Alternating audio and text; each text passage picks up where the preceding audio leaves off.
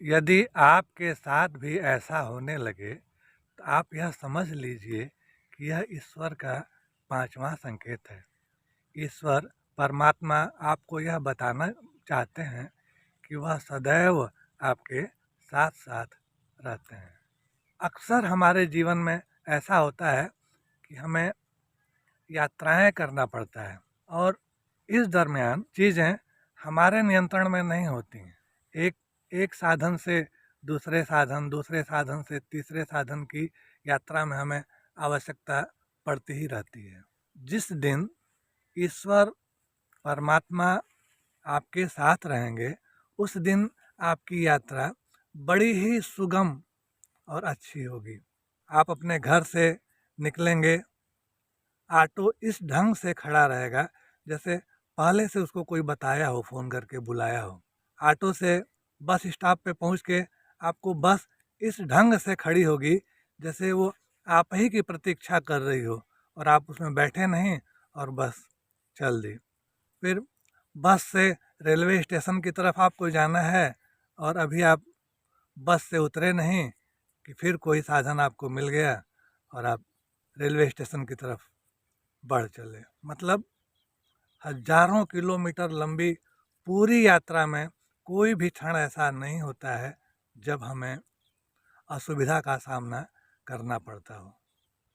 अगर आपके भी जीवन में ऐसा होता है कभी कभार या हमेशा, तो आप यह समझ लीजिए कि ईश्वर परमात्मा आपके साथ हैं। यदि आपके साथ ऐसा कभी हुआ है तो आप कमेंट में हमें अवश्य बताइए।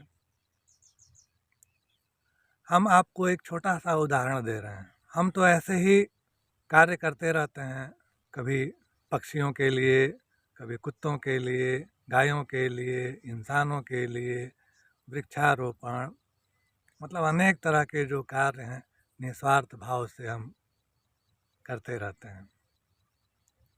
हमारा बेटा जो कि पढ़ाई में बहुत ही होनहार था और अभी वो सॉफ्टवेयर इंजीनियर है, तो जब वो अपने पढ़ाई के लिए घर से हॉस्टल की तरफ जा रहा था तो ट्रेन से वो पहुंच गया अपने गंतव्य स्थान से और वहाँ से उसको 10 किलोमीटर दूर जाना था।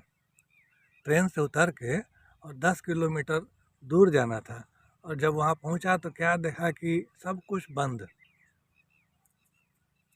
यातायात का कोई भी साधन उस दिन था नहीं। अब मन ही मन बेटा हमारा बहुत परेशान हुआ कि अब क्या करेंगे, और उसके पास सामान भी था भारी, उतना दूर पैदल यात्रा करना आसान था नहीं। तभी ये घटना घटता है और एक ऑटो उसके एकदम समीप आकर के, खाली ऑटो उसके एकदम समीप आकर के और उससे पूछता है कि भैया आपको वहाँ चलना है क्या। बेटा हमारा आश्चर्य व्यक्त करता है और उसमें बैठ जाता है और उस ऑटो को वहीं पर जाना भी था। तो परमात्मा भगवान इस ढंग से व्यवस्थित करते हैं।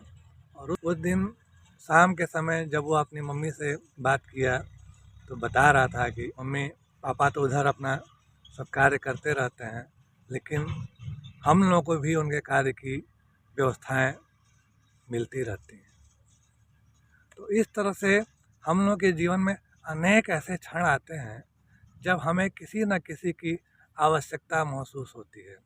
जैसे कभी कभार ऐसा होता है कि घर में बिजली की सप्लाई बिगड़ गई और अभी हम परेशान हैं कि बिजली की सप्लाई कैसे चालू होगी, कैसे ये बनाया जाएगा, और उसी क्षण हमारे घर कोई आता है और जो आता है वो बिजली मैकेनिक ही होता है।